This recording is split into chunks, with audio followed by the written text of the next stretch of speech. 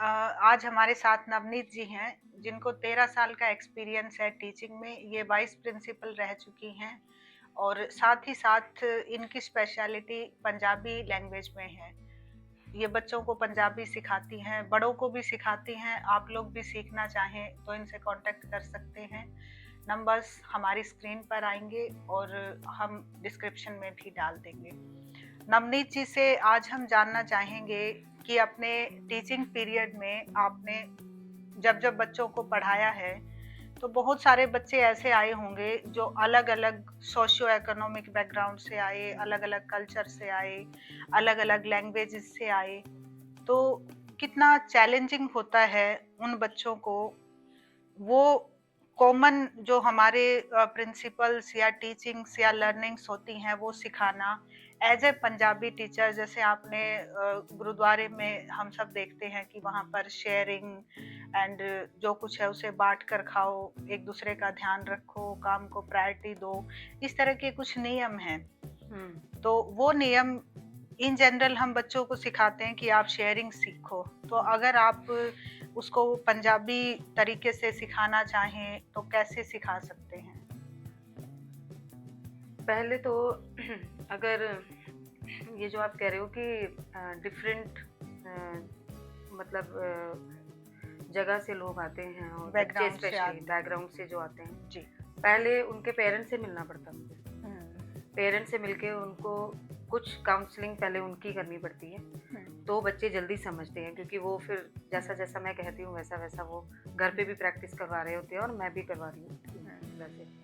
बाकी मैं स्टोरीज से और ज़्यादा प्रैक्टिकल और एक्टिविटीज़ से ज़्यादा उन्हें समझाती हूँ पंजाबी लैंग्वेज के बारे में। पंजाबी लैंग्वेज भी और शेयरिंग भी। और क्योंकि शेयरिंग में तो जैसे उस टाइम ही कोई ऐसी एक्टिविटी करा दो कि साथ साथ उसके मीनिंग्स भी उनको क्लियर होते जाएंगे। तो इसमें आप अलग अलग लैंग्वेजेस का इस्तेमाल कर लेती हैं, हाँ। कभी हिंदी, कभी इंग्लिश, कभी पंजाबी। हाँ। तो काफी इजी हो जाता है। उनको लाती मैं उसी लैंग्वेज में ले आती हूँ, पर पहले मुझे नॉर्मल उनकी तरह उनकी वाली लैंग्वेज बोलकर उन्हें समझाना पड़ता है। ठीक, उन्हें समझ ही तभी आता है।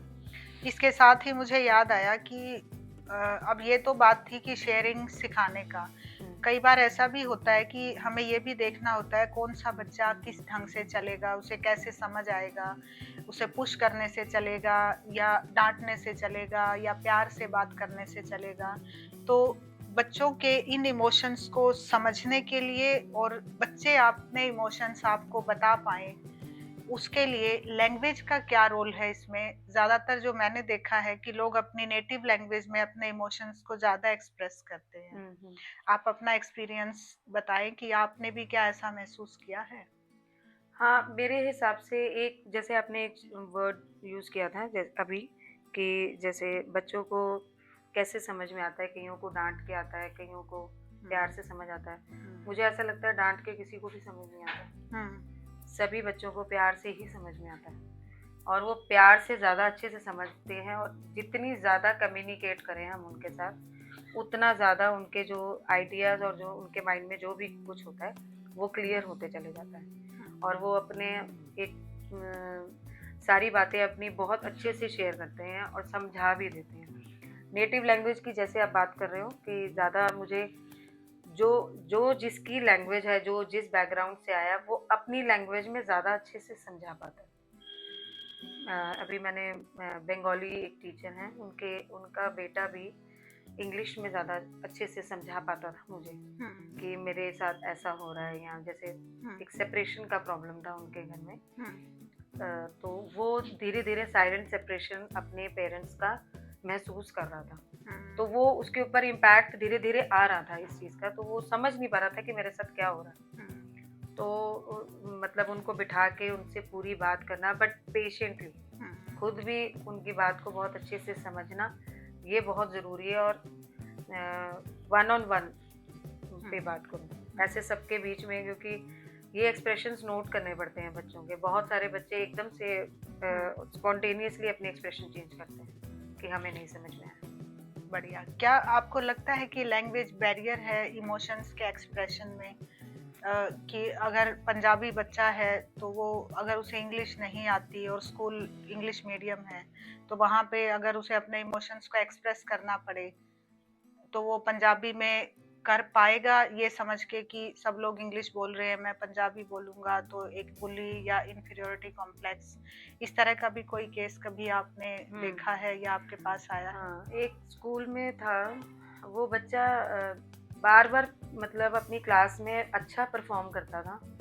बस ड्यू टू उसकी जो लैंग्वेज थी वो थोड़ी पंजाबी टिंच थी, तो वो पीछे कर दिया जाता था।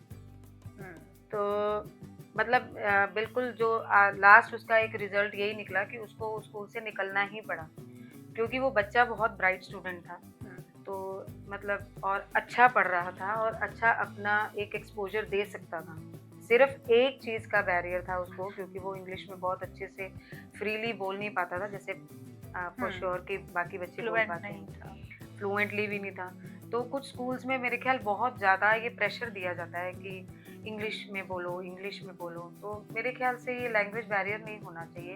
हुँ, ये भी एक कारण बन रहा है बच्चों के मतलब एक सोचने पे, ये जो आजकल हुँ, बहुत ज़्यादा कहते हैं कि जेन ज़ी ने बहुत वो किया है, हुँ, इमोशंस को इंट्रोड्यूस करवाया है। हुँ, सेंसिटिव हैं या हुँ, कोई भी एक सोचने ओवरथिंकर हैं, ये सब जो हुँ, टर्म्स आई हैं ये जेन ज़ी वालों ने इंट्रोड्यूस कराई है। ऐसा हुँ, सुनने में आया, ये भी रील्स वगैरह में ही पता चलता है हमें भी। हुँ, हुँ, तो ये उसी उसके उसका ये भी कारण है, एंग्ज़ायटी जैसे बच्चों में हो रही है। और हुँ, कुछ बच्चे बहुत अच्छा पढ़कर हुँ, अच्छा समझा भी सकते हैं, बता भी सकते हैं, वो किसी और एरियाज़ में अच्छे होंगे। हुँ। सिर्फ़ एक ही चीज़ में हम सिर्फ़ एक लैंग्वेज का वो डाल दें, उसके ऊपर प्रेशर डाल दें कि आप इसमें ठीक नहीं हो इसलिए आप नहीं कर सकते। तो ऐसा होना चाहिए कि language is for communication only, बस और यही। उसमें जिसमें जो कंफर्टेबल है वो उसमें बात करे, और हुँ, नहीं तो जिस मीडियम का जो माध्यम है उनका स्कूल का, हाँ। उसमें वो एटलीस्ट बात करे। हिंदी और पंजाबी ऐसी ही मानी गई है। हुँ, अगर आप हिंदी में बोल रहे हो तो आप इलिटरेट हो, पंजाबी में बोल रहे हो तो आप पता नहीं कौन से देश से आए हो। हुँ, ऐसा भी मैंने देखा है। हुँ, एक स्कूल मैं नाम नहीं लेना चाहती, बट उस स्कूल में हिंदी के पीरियड में भी इंग्लिश इंग्लिश ही बोलो। ओके। ओपन योर कॉपीज़ या ऐसे, ये बहुत मुझे नहीं अच्छा लगता है ये। मतलब ये बच्चों को कहीं न कहीं पीछे, जो क्रीम्ड बच्चे हैं, जो अच्छे बच्चे हैं, हुँ, जिनके पेरेंट्स पूरा ध्यान दे रहे हैं हुँ, या बहुत अच्छी ट्यूशन्स लगा रखी हैं हुँ, या बहुत अच्छा उनको एक एक्सपोज़र दिया हुआ है, वो तो चल रहे हैं। हुँ, जो किसी भी वजह से चैलेंजिंग है, हुँ, वो पीछे रह रहे हैं। उन्हीं के लिए एक काउंसलिंग सेशन ज़रूरी होता जा रहा है। और मेरे ख़्याल से हर स्कूल में होना चाहिए काउंसलिंग। बढ़िया। आजकल वैसे हैं काफ़ी स्कूलों में काउंसलर मैंडेटरी है, धीरे-धीरे सब में आ ही जाएँगे, तो ये प्रॉब्लम शायद सॉल्व हो जाएगी। पेरेंट्स मीटिंग जब होती है तो उसमें जैसे आप लोग बताते हैं बच्चों के बारे में कि आपका बच्चा ज़्यादा बात नहीं करता, अपने भावनाओं को ज़्यादा शेयर नहीं कर पाता, तो क्या पेरेंट्स एक्सेप्ट कर लेते? ज़्यादातर टाइम हमने देखा है पेरेंट्स एक्सेप्ट नहीं करते कि नहीं, स्कूल वालों के टेंट्रम ज़्यादा है, या नहीं आप करते बात हैं। को बढ़ा चढ़ा कर बताते हैं। आप कोई ऐसा केस डिस्कस हाँ, करना है। चाहेंगे? मेरी क्लास में 2 बच्चे थे। वो ऐसे थे जैसे कॉपी पेस्ट। हुँ, एक की जो प्रॉब्लम है, वही दूसरे की है। तो जैसे वो एक ऐसे मैं क्लास में बैठी हुई थी, तो वो फटाफट भाग कर आया, वो कहता कि मैम ये वाली प्रॉब्लम है। तो वो जो दूसरा वाला है, जो उसको कॉपी करता था, वो उसने कहा सेम ही प्रॉब्लम है दूर से। तो मैंने उसको बुलाया, हुँ, मैंने उसको कहा ये 5 ये उँगलियाँ पाँचों बराबर हैं? कहता नहीं।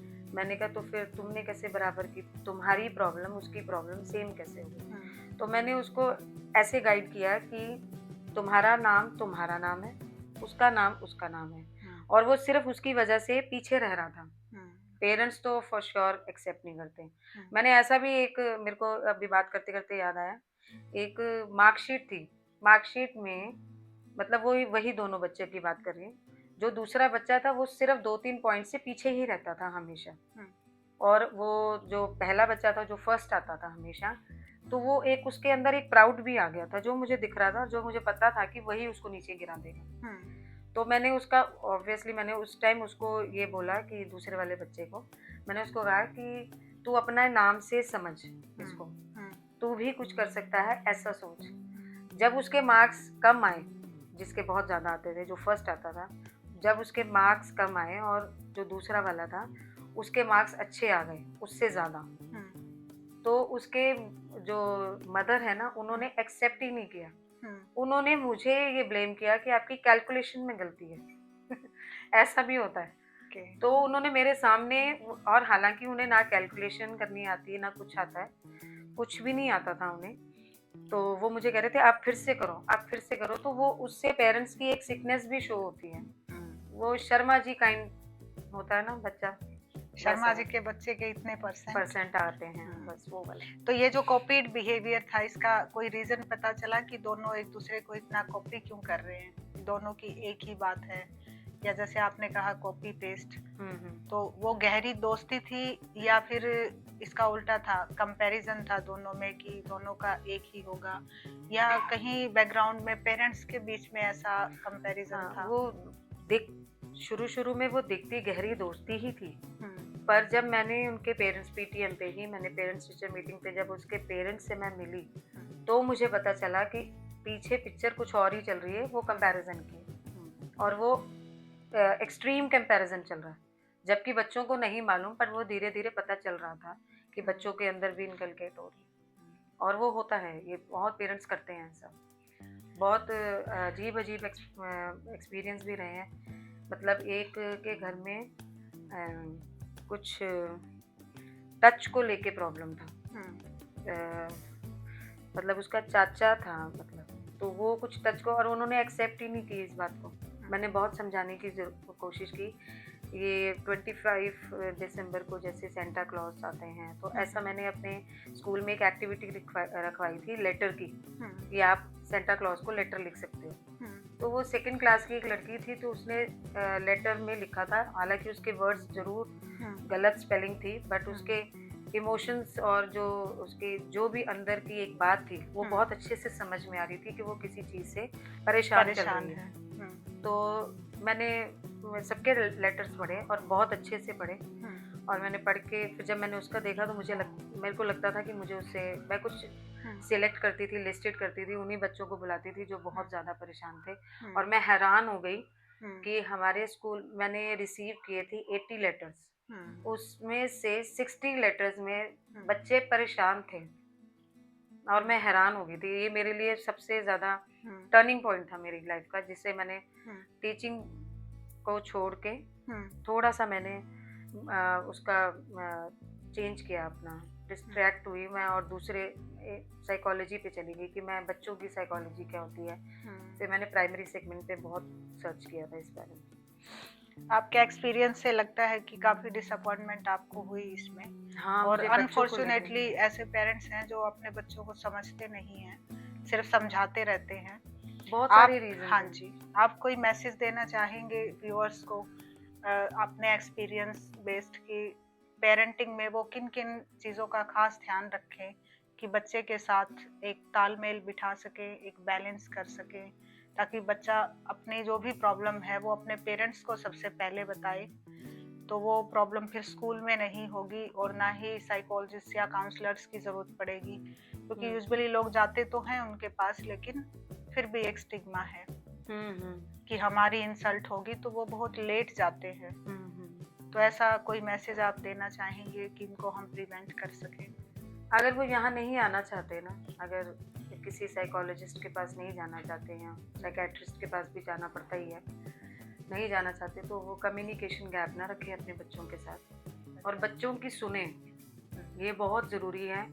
चाहे छोटा बच्चा है, अगर वो बार-बार कोई बात कह रहा है, हुँ, तो वो उसकी बात ज़रूर सुने। एक बार तो उसकी सुने, सुनकर उसके ऊपर क्या एक्शन ले सकते हैं, उसे भी ये विश्वास दिलाएँ कि उसकी बात कोई सुन रहा है।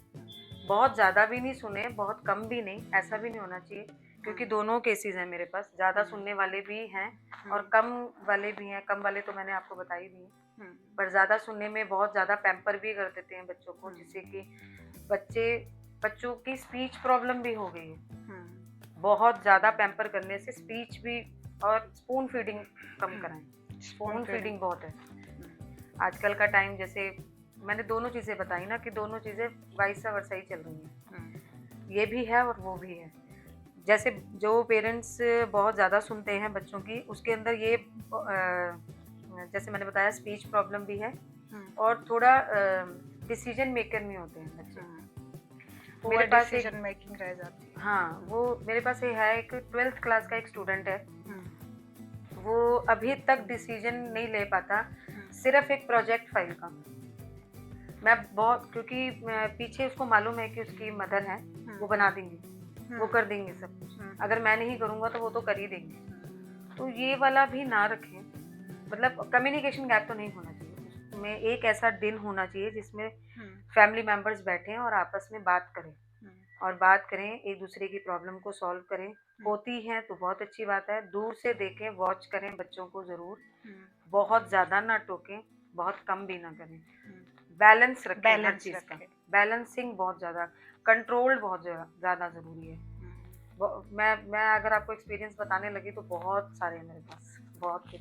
नहीं, फिर भी आपने काफ़ी अच्छे-अच्छे पॉइंट्स बताए हैं और हमें उम्मीद है कि अगर हम इनमें से एक कम्युनिकेशन वाले पॉइंट पर भी फ़ोकस करें, तो काफ़ी चीज़ें अंडरस्टैंड कर सकते हैं अपने बच्चे के बारे में और चाइल्ड बिहेवियर जिसकी हम बात करते हैं और पेरेंटिंग के बारे में।